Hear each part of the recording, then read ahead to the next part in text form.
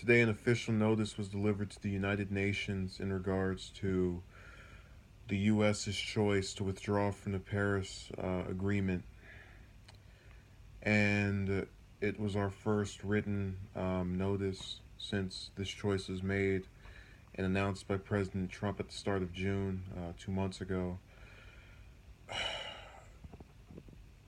I feel as if every time I go and do these, reports or try and state what's going on, it always turns into this thing where I try to state all the facts at first, uh, which usually doesn't even last a minute, and then it turns into me ranting about many of the same topics that I usually will complain about, but also with maybe a slight difference in the words I use.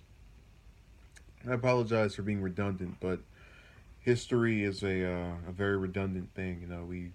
You can look up 30 years ago tax cuts under Reagan. You can go back another 30 years and look up tax cuts under Truman. It always repeats itself. No matter what decade you live in, it's constant. So just as I'm going to sit here and complain about Trump getting out of the climate agreement or the Paris Agreement, who's to say that in another 30 years, some other president, whoever that will be, won't do the exact same thing and I'll have, or someone else will have the exact same complaints. So history is something that continues in cycles. Anyways, my opposition to this obviously has already been stated. Trump claimed that it was going to hurt our jobs. It doesn't make sense for us to be one of only three countries that doesn't sign up for this. It just doesn't. It's a joke to say that we are so special and so unique and so dynamic.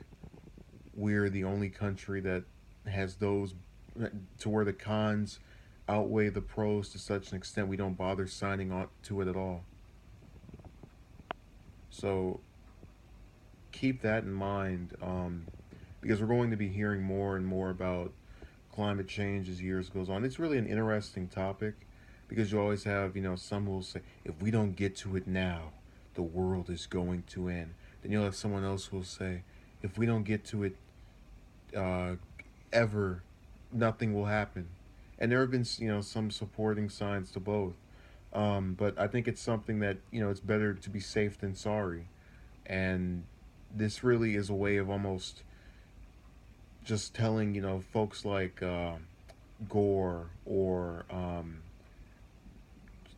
Sanders or Warren, any type of liberal progressive person that believes in this stuff, just go away.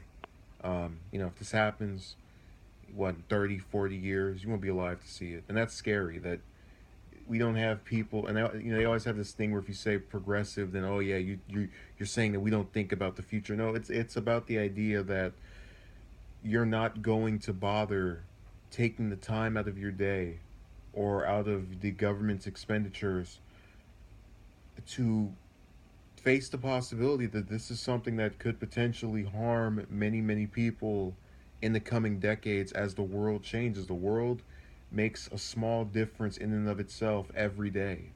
And it's as if they're not able to realize that because they're so used to being alive. A lot of these older type politicians, that they can't grasp change before it happens. They can't let it show them a new way, and that's irritating. Uh, but we'll just have to hope that someone else gets in there that can reverse this stuff. And I don't mean Pence. For all of you wanting impeachment, so thank you for watching and have a good day.